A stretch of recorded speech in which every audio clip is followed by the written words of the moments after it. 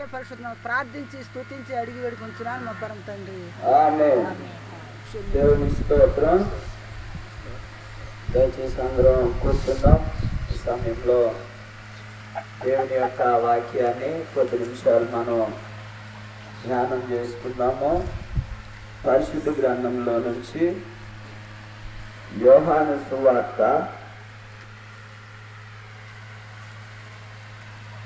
11వ అధ్యాయము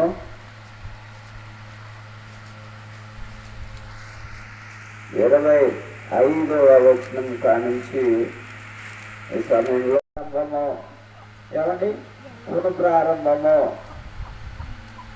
లేకపోతే పునరుద్ధరించబడుతున్నది అంటే మరలా ప్రారంభించబడుతున్నది.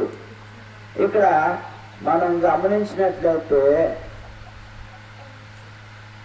ఈ లోకంలో ఒక విషయాన్ని మనం గమనించాలి. చాలా భయానకంగా ఉంటుంది. మనుషులు అనుకుంటారు చనిపోయిన వాడు మరలా ఎలా బయటకు వస్తాడు. ఏమండి, చనిపోయిన వాడు మరలా తిరిగి ఎలా బయటకు వస్తాడు? దేవుని వాక్యం అంటుంది, యేసు ప్రభునందు విశ్వాసం ఉంచితేనంట చనిపోయినా కానీ బ్రతుకుతాడంట. ఒకవేళ బ్రతికున్నవాడు సంగతి ఏంటంటే, బ్రతికున్నవాడు యేసు ప్రభునందు విశ్వాసం ఉంచితే ఇంకా వాడి అన్నిటికీ చనిపోడంట. ఈ మాటలు మనం గమనించండి, కొద్దిగా ఆలోచన కలిగిస్తాయి కదా, నమ్మశక్యంగా లేవు కదా. ఏంటంటే ఆయన యందు విశ్వాసం ఉంటే బ్రతకటం ఏంటి? నిజంగా బ్రతికారా? ఏమండి, ఎవరన్నా చూసారా? నిజంగా జరిగినాయా అంటే దేవుని వాక్యంలో బహు తేటగా ఇప్పుడు మనము చదువుకున్నటువంటి భాగంలో లాజరు అనేటువంటి ఒక ఆయన, వాళ్ళు ముగ్గురు, ఇద్దరు సహోదరులు, ఒక సహోదరుడు. యేసు ప్రభు ఆ మార్త మరియల లాజరు అను వారి ఇంటికి తరచుగా వస్తూ పోతూ ఉండేటువంటి వారు. ఏమైందో తెలియదు కానీ ఎంతో అల్లారుముద్దుగా పెంచుకున్నటువంటి సహోదరుడు, ఎంతో ప్రేమతో ప్రేమించినటువంటి సహోదరుడు ఏమైపోయాడంటే చనిపోయాడు. ఏమండి, ఏమయ్యాడు? చనిపోయాడు. ఇప్పుడు కూడా యేసు ప్రభువు వారి వెనువెంటే ఉండి వారిని ఆదరిస్తూ, వారిని బలపరుస్తూ, వారిని ధైర్యపరుస్తూ ఉండేవాడు. ఇదిగో లాజరు చనిపోయినప్పుడు ఎక్కడ లేడంటే యేసు ప్రభు ఆ స్థలంలో లేడు. ఇదిగో ఆయన యొక్క సహోదరులు అంటున్నారు, ప్రభువా నువ్వే కనుక ఎక్కడుంటే ఏమయ్యేవాడు? నా తమ్ముడు చనిపోయేవాడు కాదుగా, బ్రతికేవాడుగా. అంటే వారు యేసు ప్రభువుని ఎలా పరిమితం చేస్తున్నారంటే, ఆయన వారితోనే ఉంటేనే ఏమవుతుంది? కార్యం జరుగుతుంది, లేకపోతే కార్యము జరగదు. మనం ఆలోచన చేసినట్లయితే మానవుని యొక్క విశ్వాసం ఎంతవరకు ఉంటుందంటే దేవుని మీద కొంతవరకే ఉంటుంది. ఎక్కడ దాకా ఉంటుందంటే మన తలకాయలో నుంచి మెడకాయ దాకా విశ్వాసం ఉంటుందంట. ఎక్కడ? తలకాయలో నుంచి మెడకాయ దాకా. మెడకాయ కాడ నుంచి కిందకి నెంగిడి పడదంటే ఏంటిది అది? విశ్వాసం. విశ్వాసం తలకాయలో ఏమనిపిస్తుంది? దేవుడు మనకు ఉన్నాడుగా, దేవుడు సహాయం చేస్తాడు. కానీ మనకు ఒక ఆలోచన వచ్చినప్పుడు ఆ ఆలోచన అంట డైరెక్ట్ గా మనసులోకి రానియకుండా మధ్యలోనే అపవాదం ఏం చేస్తాడంటే బ్రేక్ చేస్తాడు అనమాట. అలాగే యేసు ప్రభు యొక్క గొప్పతనాన్ని తెలుసుకున్నటువంటి మరియా మార్తలు, యేసు ప్రభుతో కలిసి సహజీవనం చేసినటువంటి మరియా మార్తలు, ఆయన ఎట్టివాడై ఉన్నాడో తెలుసుకున్నటువంటి మార్తా మరియలు వాళ్ళు ఏమంటున్నారంటే, ప్రభువా నువ్వే కనుక ఇక్కడ ఉండి ఉంటే ఏమయ్యేది కాదు, నా తమ్ముడు చనిపోయేవాడు కాదు. ఆ సమయంలో ప్రభు వారు మనము చదువుకున్నటువంటి మాట మాట్లాడుతూ ఉన్నాడు. పునరుద్ధానమును జీవమును నేనే, నా యందు విశ్వాసం ఉంచిన వాడు చనిపోయినా గాని బ్రతుకుతాడు. లూకా సువార్త 8వ అధ్యాయము 47-48 అక్కడ ఒక యేసు ప్రభు వారు ఒక సూచక క్రియను చేశారు. ఏం చేశారంటే అక్కడ ఒక శతాధిపతి కుమార్తె ఏమైందంటే చనిపోయింది. చనిపోయిన తర్వాత ఆ శతాధిపతి ఆ సమాజ మందిరపు అధికారులు ఎక్కడికి వస్తాడంటే యేసు ప్రభు దగ్గరికి వస్తాడు.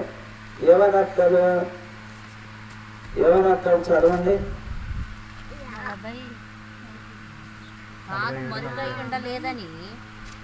కాదు, లూకా సువార్త 8వ అధ్యాయము నన్ను ముట్టినది ఎవరని ఇంకా కిందకి 48 కానీ 9 కానీ యేసు ఎవడో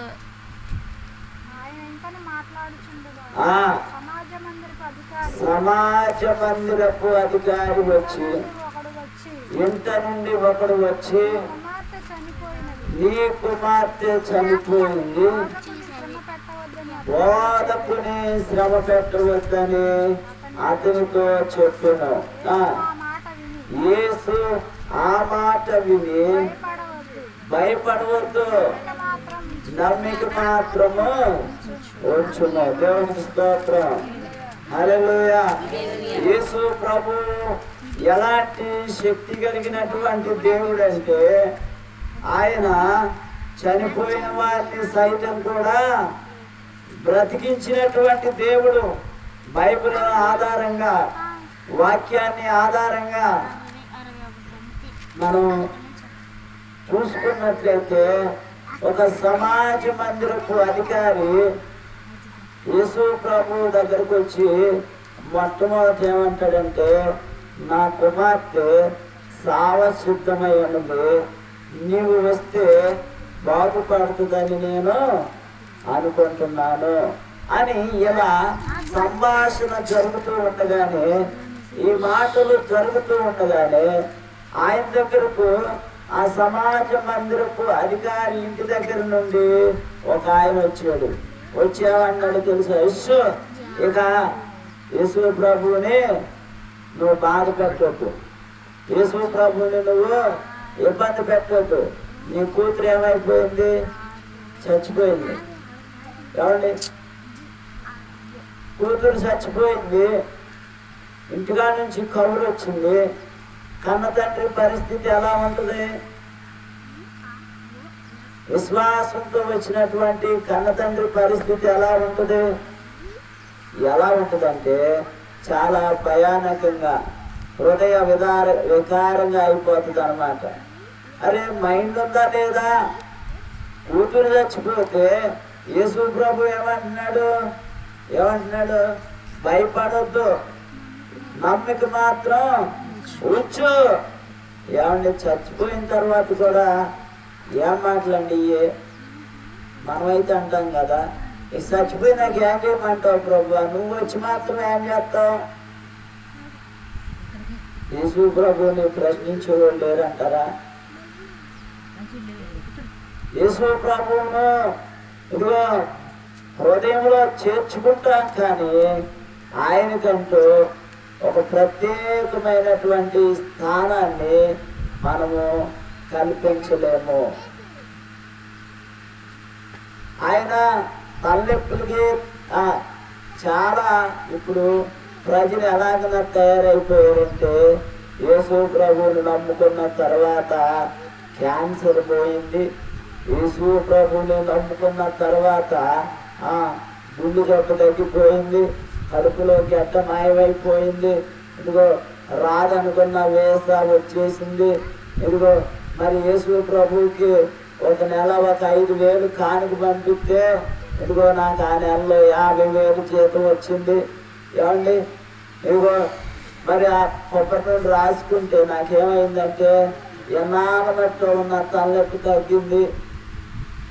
యేసు ప్రభువుని ఎంతవరకు మనం చూస్తున్నామంటే చిన్న చిన్న వాటి మీదే ఆయనని కేంద్రీకరిస్తున్నాం. మన విశ్వాసం ఎంతవరకు అంటే తలనొప్పి వస్తే తగ్గిపోవాలి, ఒళ్ళు నొప్పులు వస్తే తగ్గిపోవాలి, కుటుంబంలో బాధలు వస్తే తగ్గిపోవాలి. ఏమండి, ఇది చేస్తే చాలు దేవుడు అనుకుంటాం మనం. కానీ యేసు ప్రభు వారి యొక్క గొప్పతనం అది కాదు. ఆయన అంటున్నాడు, నా యందు విశ్వాసం ఉంచినటువంటి వారు చనిపోయినా కానీ ఏం చేస్తారంట? తిరిగి బ్రతుకుతారు. ఒక పక్కన కూతురు చనిపోయి, ఒక పక్కన ఇంటి దగ్గర నుంచి కౌరు వచ్చి మరి ఆమె చుట్టూ కూర్చుని ఏడుస్తున్నారంట, గోలి చేస్తున్నారంట, గుండెలు బాదుకుంటున్నారంట. ఏమండి, ఓదార్చేవాళ్ళు ఓదారుస్తున్నారు, ఏడ్చేవాళ్ళు ఏడుస్తున్నారు. ఇదిగో చిన్న వయసులోనే మరణం వచ్చేసింది అనుకునేవాళ్ళు అనుకుంటున్నారు. పాపం ఇదిగో ఏ తల్లిదండ్రులు ఏ పాపం చేశారో కానీ కన్నబిడ్డ అర్థంతరంగా మధ్యదారిలో జీవితాన్ని ముగించింది అనుకుంటున్నారు. కానీ యేసు ప్రభు వారు నమ్మిక మాత్రం ఉంచమంటున్నాడు. ఏమండి, మరణకరమైనటువంటి మరణం జరిగినా కానీ నమ్మకం ఉంచమంటాం ఏంటండి? మనమైతే ఉంచుతామా? మన వల్ల అవుతుందా? అవుతుందండి. మనమైతే ఏం చేస్తాం? 2 రోజులు జ్వరం వచ్చిన తర్వాత 3 రోజులు తగ్గలేదనుకో, ఖచ్చితంగా దేవుని మీద ఆధారపడే వాళ్ళు ఎంతమంది చెయ్యొద్దండి? ఏమండి, ఎంతమంది దేవుని మీద ఆధారపడే వాళ్ళు చెయ్యొద్దండి? అంటే ఒక్కొక్కసారి మన విశ్వాసం ఎలా ఉంటుందంటే కనీసం జ్వరం కూడా తగ్గించలేనటువంటి అసమర్థుడు యేసు ప్రభు అనుకుంటాం మనం. ఏమండి, ఆయన ఎలాంటి వాడంటే ఆయన చనిపోయినా కానీ తిరిగి బ్రతికించేటువంటి దేవుడు. కాబట్టి మనం ఆలోచన చేయాలి. ఏమండి, అక్కడంట గొల్లు చేసే వాళ్ళు ఉన్నారంట, ఏడుస్తున్నారంటే. ఇక సహజంగా చనిపోయిన తర్వాత ఆ బాడీని ఏం చేస్తారు? బయట పడేస్తారు. వచ్చేవాళ్ళు చూసేవాళ్ళకి అనుకూలంగా పెడతారు. ఇక రకరకాల కార్యక్రమాలన్నీ జరుగుతున్నాయి. ఇక తీసుకెళ్ళిపోతాకి, పారేయటానికి. ఆ సమయంలో యేసు ప్రభు వారు ఆ చిన్న బిడ్డ దగ్గరికి వెళ్ళాడంట. ఏమన్నాడు? చిన్న బిడ్డ దగ్గరికి వెళ్ళి చిన్నదానా లెమ్మని పిలిచాడంట. దేవునికి స్తోత్రం. హల్లెలూయా, హల్లెలూయా. ఆయన ఏమన్నా మంత్రాలు చదివాడా? అక్కడ ఏమన్నా చేత్తో ముట్టాడా అంటే తర్వాత ముట్టాడు. చిన్నదానా లెమ్మని చేయి చాపి ఆ చిన్నదాన్ని లేపెను అని బైబిల్లో ఉంది. అంటే మరణకరమైనటువంటి పరిస్థితులు ఏర్పడినా కానీ ఇక ఇది మన చేతికి రాదు, ఇది ఇక మనకు దక్కదు, ఇది మనది కాదు అనుకున్న పరిస్థితులైనా కూడా దేవుడు ఏం చేయగలడంటే తిరిగి దాన్ని మరలా మన సొంతం చేయగలడు. దేవునికి స్తోత్రం. హల్లెలూయా. దానికి నిదర్శనం, దానికి అప్పుడు ఆమెను బతికిచ్చాడో లేదో ఎవడు చూశారు? ఎవరు చూసారండి? ఎవరైనా చూసారా? మనం చూసాం ఇక్కడ వాక్యం చదువుకుంటున్నాం కానీ మనిషిని ఎక్కడైనా చూసామా అంటే ఇప్పుడు ఈ రోజుల్లో మనం మనుషుని కాడ చూస్తున్నాం. ఇప్పుడు అసలు 2020 సంవత్సరంలో ఫస్ట్ కరోనా టైంలో ఎంతగా బాధపడిందంటే ఇదిగో ఆయన కోసం ప్రార్థన చేసేటప్పుడు ఎలాంటి వార్తలు చెప్పారంటే, అయ్యా ప్రార్థన చేస్తాకి వెళ్తున్నాం అంటగా, ఎట్టుందంట తీసుకెళ్ళిపోమన్నారంటగా, అయ్యా ఇక లేదంటగా, అయిపోయిందంటగా, తీసుకెళ్ళిపోమన్నారంటగా. ఏమండి తీసుకొచ్చేస్తున్నారంటగా, అయ్యా చచ్చిపోయిందంటగా. ఒక పక్కేమో దేవుణ్ణి బ్రతికించమని ప్రార్థన చేస్తున్నాం, ఒక పక్కేమో దేవుని పాదాలు పట్టుకుని మొరపెడుతున్నాం. ఒక పక్క లోకం ఎలా ఉందంటే అవిశ్వాసంతో అవిశ్వాసపు మాటలో మాట్లాడుతుంది. ఎందుకయ్యా నీకు నిద్ర మానుకుని ఇంట్లో చిన్నపిల్లలు పరిస్థితులు బాగాలేదు, రోజులు బాగాలేదు, ఎక్కడేముందోనయ్యా కరోనా అయ్యా, ఎందుకు నీకు కాళ్ళు చేతులు లేనోడివి అని నాకు ఉపదేశం చేస్తూ ఉండేవాళ్ళు. ఇది ఊరికి నేను నవ్వుకుంటూ వచ్చేసేవాడిని వాళ్ళ ముందు నుంచి. కానీ నా విశ్వాసం ఏంటంటే దేవుడు చంపే దేవుడు కాదు, చనిపోయిన వాళ్ళని బ్రతికిచ్చే దేవుడు అయితే మన దేవుడు. ఆయన యందు విశ్వాసం ఉంచిన వాళ్ళని తిరిగి లేపే దేవుడు అయితే మన దేవుడు. ఆయన యందు విశ్వాసం ఉంచిన వారిని ఎందుకు చంపుతాడు? ఏమండి, ఏ పరిస్థితి ఏ రోజుకి ఆ రోజు ఆకలి అవ్వలేదా, ఆకలి గురించి ప్రార్థన చేసేవాడిని. కడుపులో ఇదిగో బాధగా ఉందంటే బాధ కోసం ప్రార్థన చేసేవాడిని. నీరు ఎక్కువ అవుతుందంటే నీరు కోసం ప్రార్థన చేసేవాడిని. అది ఏ బలహీనత అయితే ఆ బలహీనత కోసం ప్రార్థన చేసినప్పుడు ఇదిగో పొద్దున్నే చెప్పిన బాధ సాయంత్రానికి ఉండేది కాదు, సాయంత్రానికి ఇంకోటి వచ్చేది, అది తగ్గిపోయింది అన్నయ్య, ఇది బాగాలేదు అన్నయ్య అని. అట్లా దాదాపు ఒక 20-25 రోజులు ప్రభు పాదాల దగ్గర కనిపెట్టినప్పుడు దేవుడు అద్భుతమైనటువంటి కార్యాన్ని చేశాడు. ఏమండి, అప్పుడెప్పుడో ఆ శతాధిపతి కూతురుని, ఆ సమాజ మందిరపు అధికారి కూతురుని బతికిచ్చాడేమో కానీ మాకు చేస్తాడా దేవుడు అని ఆలోచన వస్తుంది కదా చాలా మందికి. చాలా మందికి వస్తుంది. నేను ఎందుకు ఈ మాటలు చెప్తున్నానంటే ఆ యేసు ప్రభు పునరుద్ధానమును జీవమును నేనే. ఏమండి, జీవం, మనిషికి జీవం రావాలంటే ఎక్కడ ఉంటుంది ఆ జీవం?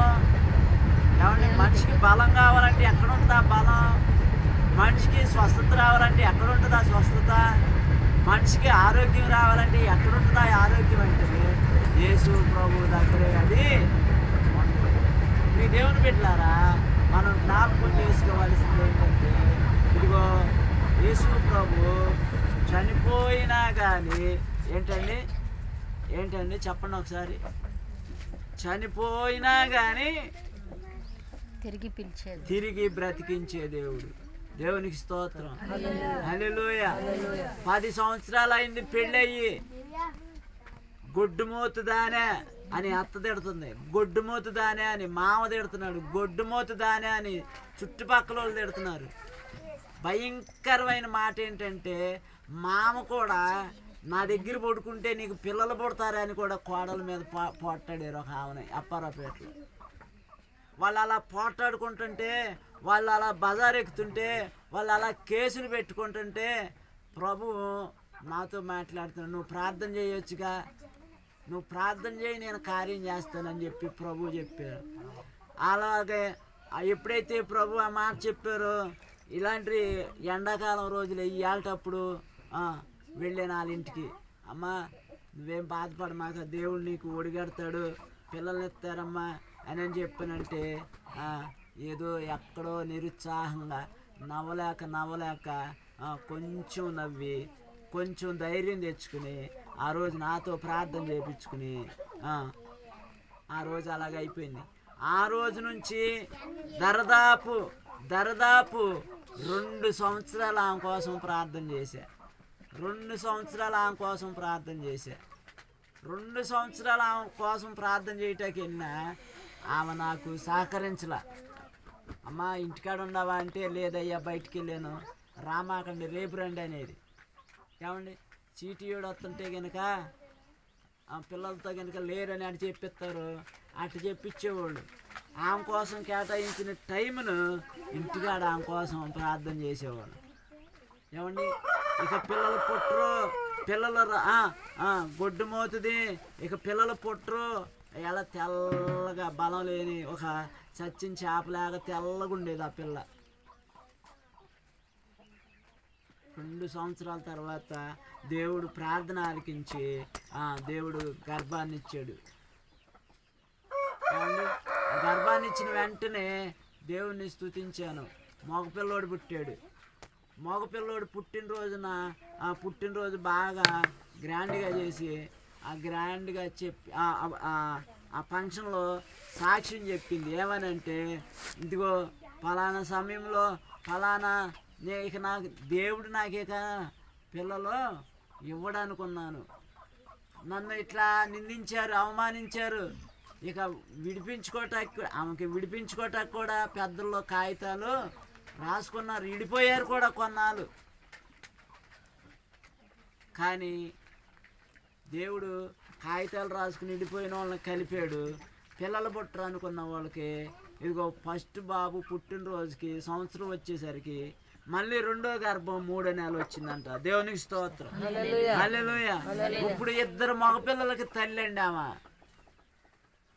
నేను ఎందుకు ఈ మాటలు చెప్తున్నానంటే, మనలో విశ్వాసం ఉండాలి, దేవునిలో జీవం మనం పొందుకోవాలి, నమ్మకం ఉండాలి ముందు. అందుకే ప్రభు అన్నాడు మార్తతో, ఈ మాట నువ్వు నమ్ముతున్నావా? ఆయన పునరుద్ధానం. చాలామంది యేసు ప్రభు లేచాడంటే ఆయన్ని ఎక్కడో పట్టుకెళ్ళి దాచేసి లేనిపోయిన అపోహలన్నీ, లేనిపోయిన పుకార్లన్నీ పుట్టించి యేసు ప్రభు చచ్చిపోలేదు, యేసు ప్రభు సమాధిలోకి వెళ్ళలేదు. కానీ ఆయన ఎక్కడో ఒక మాయలాడు మంత్రాలు లాగా లోకంలో రకరకాల ప్రచారాలు చేస్తున్నారు, చూసారా? కాబట్టి మనం గ్రహించాల్సిన విషయం ఏంటంటే, ఇంకా దేవుడు అనేక మందిని బ్రతికించాడు బైబిల్ గ్రంథంలో. ఏమండి చూపించమంటారా? ఇసురుకోవటం ఇబ్బందిగా ఉందా? సరే, మంచిది. ఇంకా మనం తెలుసుకోవాల్సిన విషయం ఏంటంటే, దేవుని యందు విశ్వాసం ఉంచిన వాళ్ళు చనిపోయినా కానీ బ్రతుకుతారు. ఈ మాట నమ్ముచున్నావని మార్తను ఎలాగ ప్రభు అంటున్నాడు, ఈ మధ్యాహ్న సమయంలో చనిపోయిన వాళ్ళని బ్రతికించిన దేవుడు నా బ్రతుకును మార్చలేడా? నా బాధలు తీర్చలేడా? నా అవసరాలు తీర్చలేడా? నా అక్కర్లు తీర్చలేడా? నా అప్పులు తీర్చలేడా? ఎందుకు రాట్లా కసి మనలో? ఏమండి ఎందుకు రాట్లా పట్టుదల మనలో? దేవుని మీద నమ్మకం ఎందుకు రావట్లేదంటే, దేవుణ్ణి మనం ఎలా చూస్తున్నామంటే ఒక తలుపు చాటుని పెట్టిన చీపురు కట్ట టైపులో అయిపోయాడు దేవుడు మన హృదయంలో. అవసరం వచ్చినప్పుడేమో ఊడ్చుకుంటున్నాం, అవసరం లేనప్పుడేమో అయ్యా నువ్వు కూసేపు ఇక్కడ ఉండయ్యా, ఫలానా ఆదివారం దాకా ఉండయ్యా, ఫలానా జనవరి 1 దాకా ఉండయ్యా, ఫలానా క్రిస్మస్ దాకా ఉండయ్యా, ఫలానా బల్లారాధన దాకా ఇక్కడే ఉండయ్యా, ఇక ఎక్కడికి కదలమాక. మళ్ళీ ఎప్పుడేమో నువ్వు నాకు కావాల్సింది ఎప్పుడమ్మా? ఎప్పుడు దేవుడు మనకు కావాల్సింది బల్లారాధన రోజు, ఆదివారం రోజు, క్రిస్మస్ పండుగ రోజు, జనవరి పండుగ రోజు, మా అయితే ఎట్లాంటి ఈస్టర్ పండుగ రోజు. ఇలా ఉండటం ద్వారా దేవుని శక్తి మనం ఏమన్నా అనుభవించగలుగుతున్నామా? ఏమండి ఏమన్నా తెలుసుకోగలుగుతున్నామా? మనలను బట్టి ఇంకా ఎవరైనా పురుకొల్పబడుతున్నారా? ప్రోత్సాహం కలుగుతుందా?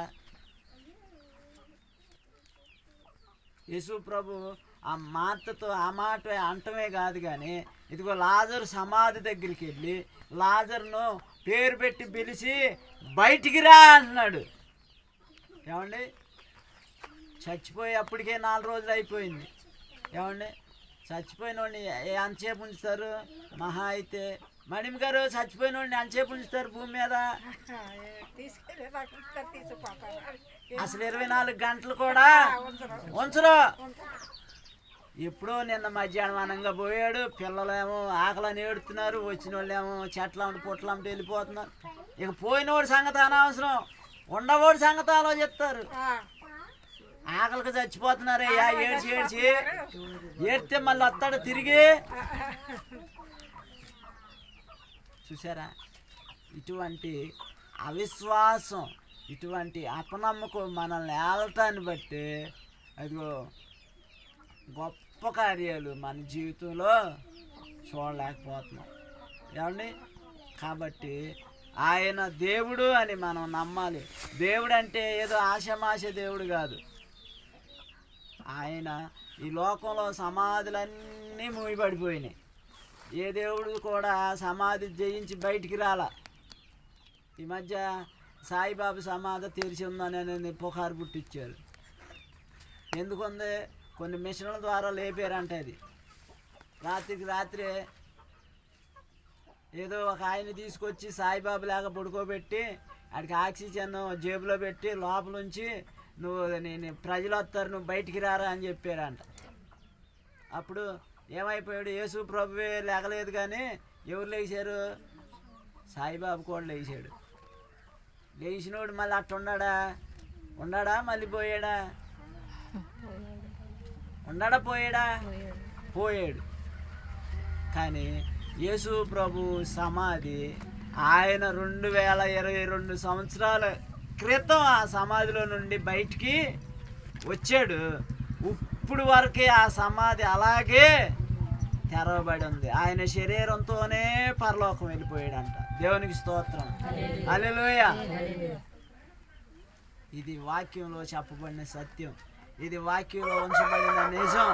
ఈ నిజం తెలియక యేసు ప్రభుని అంటే కొంతమంది అంటారు, నాకు భలే విచిత్రం అండి, దేవుడు లాంటి వాడికే ఉందండి తప్పు.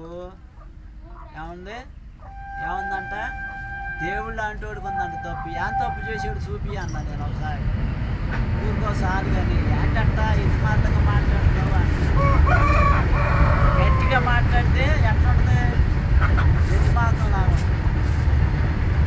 ఎక్కడైనా వాక్యాన్ని కించపరిచి, వాక్యాన్ని తక్కువ చేసి, దేవుణ్ణి తక్కువ చేసి మాట్లాడేవాళ్ళని గట్టిగా పట్టుకోవాలి. మనం గట్టిగా అంటే జుట్టు పట్టుకోవడం కాదు, ఎక్కడున్నది చూపి అనాలి.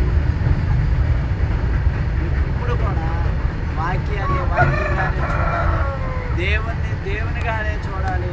దేవుని శక్తి ఆయన అప్పుడు ఆ శక్తితోనే ఉన్నాడు, ఇప్పుడు కూడా ఆ శక్తితోనే ఉన్నాడు. ఆయన మారలేదు, ఆయనలో శక్తి కూడా లోపించలేదు. కారణం ఎక్కడ వచ్చిందయ్యా తేడా కొట్టిందంటే, తేడా ఎక్కడ కొట్టిందంటే మన దగ్గరే తేడా కొట్టింది. కుసేపు నమ్ముతాము, కుసేపు నమ్మము. కుసేపు దేవుడు అంటాం, కుసేపు ఏమో దెయ్యం అంటాం. అరే రే పిల్లోడికి జ్వరం వచ్చిందంటే ప్రార్థన చేపి అని ఒకళ్ళంటే, అర్రే తాల్పూలు వెళ్ళాను ఒకళ్ళు అంటారు, ముస్తాబాద్ వెళ్ళాను ఒకళ్ళు అంటారు, గన్నార్ వెళ్ళాను ఒకళ్ళు అంటారు. ఏమండి? ఆంజని కడితే పోద్దండి జ్వరం. ఒంట్లో వచ్చిన వేడి ఆంజని కడితే పోద్దా? ఒంట్లో వచ్చిన తేడాకి దిట్టు తీస్తే పోద్దా?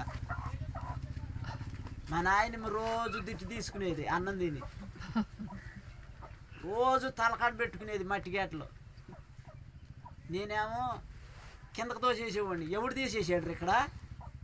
గడ్డలు ఎవడు తీసేసాడు అని చీకట్లో నా చిన్నప్పుడు కరెంట్ ఉండేది కాదు, లాంతర పట్టుకుని వెళ్ళి మళ్ళీ ఏరుకొచ్చుకునేది మట్టి గేటలో. కడుపులు నొప్పి వస్తుంటే పొట్ట మీద మట్టి గేటలు తిప్పితే తగ్గుద్దా స్వామిలు గారు? ఎంత అవిదైతే ఇది. దేవుడు మనల్ని కాపాడాలి కానీ మనిషి ఎదురొచ్చి మనల్ని కాపాడతాడా? ఈ వాళ్ళు లెగిసి ఎవరు ఎదురొచ్చారో కానీ నాకు అంటారు చాలామంది. ఏ తల్లి ఎదురొచ్చిందో కానీ అంటారు. మా ఊర్లో ఒక ఆమె ఉండేది రాధక్క అని. ఎప్పుడు చూసినా అలా ఆయనకి ఎదురు వస్తానే ఉండేది. ముందు అసలు బయటికి రానిచ్చేది కాదు. ముందు ఆమె బయటకు వచ్చి ఇటు ఇటు ఎదురు బదురు చూసుకుని ఇక రాని ఏం లోపలికి వెళ్ళి ఆయన బయటికి పంపించేది. ఒకసారి నాకు బండి లేదు, డేక్కుంటూ వస్తున్నా బడి కాడ నుంచి ఇట్టే తాగని సైకి చేసింది. నేనేం చూసా పామేమన్నా వచ్చిందేమో అనుకున్నా. సరే నాకెందుకు వచ్చింది, నేను దడిదాటి వచ్చేసినాక ఇట్లా అని సైకి చేసి మరి ఆయన నాకు ఎదురొస్తే నేను ఆయనకి ఎదురొస్తే నాకులాగా డేక్కుంటూ వస్తాడు అనుకుందేమో. మా తల్లి దేవుని కృపను బట్టి ఆయన బతికే ఉన్నాడు. ఆమె వెళ్ళిపోయింది జూన్ నెలలో. ఎదురొచ్చి ఆవిడ నన్ను తీసుకెళ్ళిందా, కాపాడిందా? హఠాత్తుగా చచ్చిపోయిందంట. ఏమండి, హాస్పిటల్కి తీసుకెళ్ళి టైం కాడ లేకుండా చచ్చిపోయిందంట. ఆమెకి ఎంతమంది ఎదురు రావాలి ఇప్పుడు? నమ్మకాలండి. బైబిల్ చదువుద్ది, వాక్యం చదువుద్ది, పాటలు అయ్యగారి మీద పోట్లాడి పాట పాడేది గుళ్ళు. లేటుగా వెళ్ళి అయ్యగారు పాట పాడాలి అని ఇట్లాగే అనేది.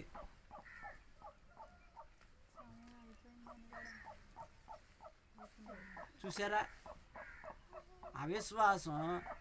విశ్వాసం మనలో ఉంటే ఏమండి పుట్టు ముండ్రాలు ఎదురొచ్చినా ఏమిరా, నాకు అట్లాంటిది ఏమి ఉండదు. మా ఊర్లో గాంధారం ఉంది, ముసలిదే. అది ఈ చివరి నుండి ఊరు చివర కమ్మాయిని ఇంటికి వెళ్ళద్ది, వాకిల్లో వడతాకి వాళ్ళు రామన్రంట. ఊరి అమ్మ ఇది లేచిందిరా బాబు, రండిరా వెళ్ళిపోతాం, ఇది బయలుదేరింది రండిరా అంటున్నారు కుర్రోళ్ళు. ఏంట్రా అంటే, బాబు గాంధారం మొత్తం నీకు తెలవదయ్య బాబు, అయ్యగారు నువ్వు అసలు మామూలుగా నువ్వు చెప్తే వినవేంటియా అంటున్నారు ఒక రోజున. అరే బాబు మీరు ఆమెను దేవుడు లేక చూస్తున్నారు, అందుకే మిమ్మల్ని ఆశీర్వదిస్తుంది. మా నాన్న కూడా ఆఖరికి ఆమె ఎదురొస్తేనంట వెళ్ళి అసలు సైకిల్ మీద ఎప్పుడు పడేవాడు కాదంట, సైకిల్ మీద నుంచి పడ్డాడంట. మా నాన్న కూడా చెప్తున్నాడు నాకు, నీకు అసలు ఎత్తుమాతం. ఇంతకేంటి 3 కరోనాలు వచ్చినా ఇప్పటికీ ఆమె ఇంకా బతికే ఉంది. 100 సంవత్సరాలు వచ్చి ఉంటాయి, ఇప్పటికీ కంటి చూపు తగ్గల, ఇప్పటికీ వినికిడి తగ్గల, ఇప్పటికీ మిషన్ ట్రబుల్ రాల. ఆదివారం వస్తే 3 కోడిగుడ్లు తింటది. ఏమండి, ఎవరన్నా దయదలిచి పెడితే బిర్యానీ పట్లాలు 2 తింటది. పొళ్ళే ఊడిపోయినాయి. ఆమె ఎదురొచ్చిన వాళ్ళలో, ఆమె ఎదురొచ్చి అనిష్టం అనుకున్న వాళ్ళు దగ్గర 75% మంది చచ్చిపోయారు నాకు తెలిసి. ఇప్పటికి కనపడితే అయ్యగారు బాగుండవా అంటది, ఎక్కడికి వెళ్తున్నావు కనపడతలేదు అంటది, ఇక రావా మా ఊరు అంటది. మనం చెప్పే వినపడవు, ఇక ఇప్పుడే తగ్గింది సౌండ్. నేను ఎందుకు ఈ మాటలు చెప్తున్నానంటే, మనుషులు చేపిస్తే ఆ శాపాలు మన మీదకి రావు. నీ దినం చెయ్యా అన్నాడు అనుకు ఎవడన్నా, ఆడ అనగానే మన దినం చేస్తారా? ఎవరు నీ సిరుసు బాగలా అంటారు కొంతమంది, నీ కాడెలగా అంటారు, నిన్ను ఎత్తుకెళ్ళి బడితెరగా అంటారు, నీకు భోజనాలు పెట్టా అంటారు. ఏంటి ఇదంతా దరిద్రం, దరిద్రపు మాటలు అంటారు. వాళ్ళ దరిద్రం మనకేమన్నా వస్తుందా అంటే? ఏమండి, హృదయం నిండుకున్న దాన్ని బట్టి పెదవులు మాట్లాడితే, మనిషికి శాసించే శక్తి ఉంటే, మనిషి మాటకి పవర్ అనేది ఉంటే ఇంకా దేవుడు ఎందుకు? నన్ను తిట్టమానండి, ఎంతమంది తిడతారు అన్న ఒకసారి ఇట్టగే. నీకు అసలు చెప్పలేమయ్య బాబు, నువ్వు అసలు ఏంటో కానీ నీకు అసలు చెప్పలేమయ్య బాబు. మా అయ్యగారులు సహా నేను ఎత్తిమాతపోండి. మన అంజలి గారిని పిలుతుంటే సేవకుల మీటింగ్లో అన్నారు, రాజేష్ నీకెవరు దొరకలేదా, కొద్దిగా వాళ్ళని పిలుస్తున్నావా అన్నాడు. నా ముఖం మీద అనేసారు. నేనన్నా మగోళ్ళు పెద్ద మగోళ్ళు చెప్పిన మారుతల్లా జనం, గొప్ప ఆడవాళ్ళు చెప్పిన మారుతల్లా జనం, అందుకే అటు ఇటు కాని వాళ్ళతో అన్న చెప్పిద్దామని నేను తీర్మానం చేసుకున్నాను అన్న. మా పెద్దయ్య గారితో సహా ఇటు చూసాడు నా ఎంక. అటు ఇటు కాని వాళ్ళు చెప్పినా కానీ వినపోతే వాళ్ళు మనుషులు కాదు, వాళ్ళకన్నా దరిద్రపోళ్ళు అయ్యారు అన్న. ఏమండి అన్న సిగ్గుపడి నాకేమన్నా ఒక పక్క కోసుకుపోయింది ఆ మాటకి. దేవుని మీద విశ్వాసం ఉంటే మనుషులు ఎన్ని శాపనార్థాలు పెట్టినా ఏం కాదు. ఏమండి, ఆడెవడు శాతపడి చేసిరంటారు, ఈడెవడు నిమ్మకాయలు కట్టాడు అంటారు, నీడ వాలింది అంటారు, దాటుడు అంటారు. ఏంటి వాళ్ళ వందాల పిండాకుడు 10:30కి సేవకుల మీటింగ్కి అయ్యి ఇంటికి వెళ్తుంటే మురళీకృష్ణ తోట తిన్నంగా గుమ్మడికాయని దొక్కిచ్చా, నిమ్మకాయని దొక్కిచ్చా, కుంకాన్ని దొక్కిచ్చా, జుట్టు నా ఎదర చక్రానికి చుట్టుకుని ఇంటికి వచ్చింది తెల్లారి. చూసుకోవాలి ఆ చీకట్లో. అమ్మో ఈడెక్కడో తొక్కించుకొచ్చాడే, నీకు ఎవడు బండిని పట్టుకోవట్లా. నేనే నా బండికున్న ఇంటికి టైర్లకి చుట్టుకున్న ఇంటికి తీసేసా, ఆ కుంకుమ కడిగేసి నాకేం అవ్వాల. ఏమండి, నువ్వు ఆ ట్రామాకు రోయ్ పొట్టుపట్లు బుడ్డమ్మ ఉంది ఆమె దగ్గర అన్న పడుకుని పొద్దున్నేరా నువ్వు మమ్మల్ని చంపేస్తావు ఎప్పుడు అన్నారు నన్ను ఆ టైంలో. కుంకుమ ఏం చేస్తా, కుంకుమ ఎవరు తయారు చేశారు? మనుషులు. నిమ్మకాయలు ఎక్కడి? దేవుని శక్తి మనిషిలో ఉంటే ఈ సృష్టిలో ఏది జరగాలన్నా జరుగుతుంది. కానీ దేవుని సృష్టి తప్ప ఉన్నాయి కొన్ని దురాత్మల సమూహాలు ఉన్నాయి. అవి ఎవరి మీద పనిచేస్తాయి అంటే దేవుడు అంటే విశ్వాసం లేని వాళ్ళ మీద పనిచేస్తాయి. అవి మన దగ్గర అలవాటు ఆటలో. అప్పుడు దెయ్యాలంటే నాకు మహా సరదా, ఆడుకుంటా నేను.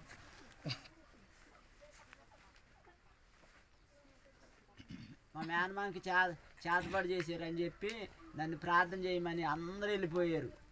రే నీకు దండం పెడతాను, నువ్వు వెళ్ళిపోరా, నువ్వు వెళ్ళిపోరా, నువ్వు వెళ్ళిపోరా, నన్ను ఎందుకు ఇబ్బంది పెడుతున్నా, నాకు కాలిపోతున్నారా, నన్ను కాలిపోతున్నా, నన్ను వదిలేయరా, నేను వెళ్ళిపోతా వెళ్ళిపోతా వెళ్ళిపోతా వెళ్ళిపోతా అని ఆయన్ని తీసుకెళ్ళి కరెంటు మీటర్లో చేయి పెట్టేటట్టు చేసింది దెయ్యం. ఏమండి, కండవ ఇయ్యండి, ఊపిరాడతలా కండవ ఇయ్యండి, ఇసురుకుంటానని చెప్పి ఆ కండవని ఏం చేసాడంటే ఇట్ట బిగిచ్చేసేసుకున్నాడు 2 చేతులతో, నన్నేమి చేయలేక. ఆఖరికి ఏం చేసాడు తెలుసా? అందరం చుట్టూరు కూడి ప్రార్థన చేస్తుంటే ఇక ఆ మంట తట్టుకోలేక, ఒరే నువ్వెక్కడి నుంచి వచ్చావురా, నువ్వెక్కడ దాపరిచ్చావురా, నా మీద నన్ను బతకనివేరా, నన్ను ఉన్నీవేరా అని చెప్పి దిండి బిడేలు మంది నా మీద గిరాటేసాడు. దెయ్యం దిండి గిరాటేస్తే ఇంకేమన్నా ఉంటుందా? ఇంకొకరు అయితే అక్కడే పడి చచ్చిపోయేవాళ్ళు. దేవుని కృపను బట్టి ఆయనకి 2 శక్తులు నిడిపించాను. బకెట్ నెత్తిరికి ఎక్కేవాడిని బ్రతికెత్తానికి ఒక నైటల్లా 2-3 నైట్లల్లా నిద్ర లేకుండా పోరాడాను. నెత్తిరికి ఎక్కేవాడు లెగిసి టిఫిన్ చేస్తున్నాడు. ఈలోపు బాగానే ఉన్నాడుగా, ఇక తిప్పుకున్నాడు, చేతపడి దాటిపోయింది, ఇంకా మెరుగుపడతాడని చెప్పి ఏలూరు అవతల ఇవిడ బాగు చేసి కూడా ఉన్నాడని చెప్పి తీసుకెళ్ళి మళ్ళీ ఆడి దగ్గర అంతరం కట్టించుకొచ్చారు. అంతరం కట్టించుకొచ్చిన తర్వాత బాధ ఎక్కువైపోయింది, కేకలు ఎక్కువైపోతుంది. సంటోని రమ్మనో ప్రార్థన చేస్తాడని. మీరు నమ్ముతారో నమ్మరో నాకు తెలియదు, కానీ మరలా ఆయన చచ్చిపోయే వరకు కూడా ఆయన దగ్గరికి వెళ్తాకి ప్రార్థన చేయటానికి అవకాశం లేదు, అసలు వెళ్ళటానికి కుదరలా. దేవుడు ఆ అవకాశాన్ని మరలా నాకు ఇవ్వాల. కారణం ఏంటంటే వాళ్ళు దేవుడు ఎంత ప్రేమించి కార్యం చేసినా ఎవరికి విలువిచ్చారు? ఆఖరికి దెయ్యానికి విలువిచ్చారు. కాబట్టి దెయ్యం ఆయన్ని తీసుకుపోయింది. దెయ్యం మాటలు నమ్మితే, దెయ్యానికి సంబంధించిన మనుషుల మాటలు నమ్మితే మనం కూడా విశ్వాసంలో సన్నగిల్లిపోతాం. ఆయన జీవమును నేనే, ఆయనలో జీవం ఉండెను, ఆ జీవం మనుషులకు వెలుగై ఉండెను అని చెప్పి యోహాను సువార్తలో 1వ అధ్యాయంలో ఉంటుంది. నేను ఎందుకు ఈ మాటలన్నీ చెప్తున్నానంటే దేవుణ్ణి మనం ఎలాగో చూడాలంటే ఆయన తప్ప ఇక వేరే ఆధారం లేదు, వేరే దిక్కు లేదు. బీరువా నిండా డబ్బులు ఉండగానే ఆయనే దిక్కు, తాకట్టు పెట్టుకుని చూపించుకోవటానికి బంగారం ఉన్నా కానీ ఆయనే దిక్కు. గ్యారంటీ ఉందండి? తాకట్టు పెట్టుకుని డబ్బులు తెచ్చుకుని చూపించుకుంటే ఈ డబ్బుల ద్వారా జబ్బు నయం అవుద్దని చెప్పి ఏమన్నా గ్యారంటీ ఉందా? లేదు.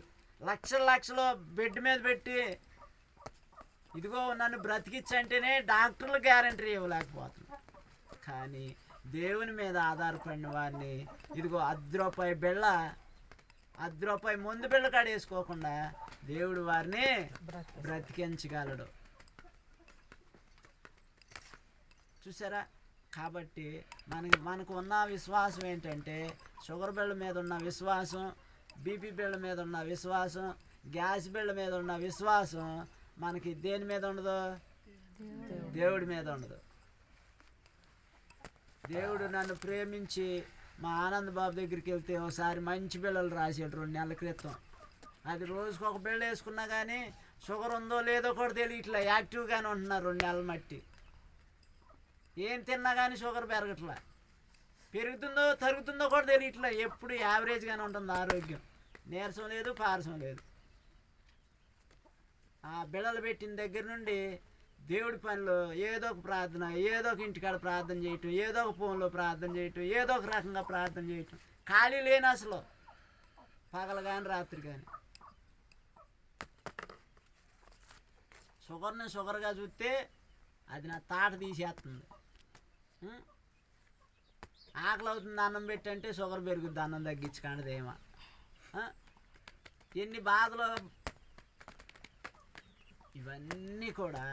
ఇవన్నీ కూడా తీర్చగలిగింది ఎవరు? దేవుడే. దేవుడు ఒక మనకు అన్నిటికంటే మనలో గుండెకాయ ఎంతో దేవుడు మన హృదయంలో అంతగా ఉంచుకోవాలి.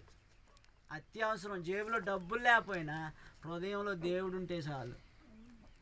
డబ్బులతో అవని పని దేవుడు చేస్తాడు. కాబట్టి ఆయన ఈ మాట నువ్వు నమ్ముతున్నావా అని మార్తతో అన్నాడు. కనుక దేవుని మాటలో విశ్వాసులమైన మనకు కూడా ఏమవుతుంది? కొన్నిసార్లు ఏమవుతుంది? మార్తమ్మ గారు ఏమవుతుంది? అది రానికోకుండా దేవుడు మనతో ఏమంటున్నాడంటే ఈ మధ్యాహ్న సమయంలో నా యందు విశ్వాసం ఉంచిన వాళ్ళు ఒకవేళ చనిపోయి ఉండొచ్చు, ఒకవేళ చనిపోకుండా కూడా ఉండొచ్చు, మంచం మీద ఉండొచ్చు, జబ్బుతో ఉండొచ్చు, నేను నిన్ను స్వస్థపరుస్తానని, నేను నిన్ను బలపరుస్తానని, నేను నీకు సహాయం చేస్తానని దేవుడు అంటున్నాడు. నువ్వు నమ్ముతున్నావా ఈ మధ్యాహ్న సమయంలో? ఒకవేళ నమ్మితే ప్రభువా, ఆ రోజున లాజర్ను బ్రతికించిన దేవుడు, లాజర్ని సమాధిలో నుంచి విమోచించిన దేవుడు, ఈ మధ్యాహ్న సమయంలో నేనున్న పరిస్థితుల్లో నుంచి నన్ను విడిపించాయా అని చెప్పి ప్రార్థన చేసుకుందాం. దేవుడి కొద్ది మాటలు దీవించును గాక. ఆమేన్. నాకు కూడా ఆకలి అవుతుంది.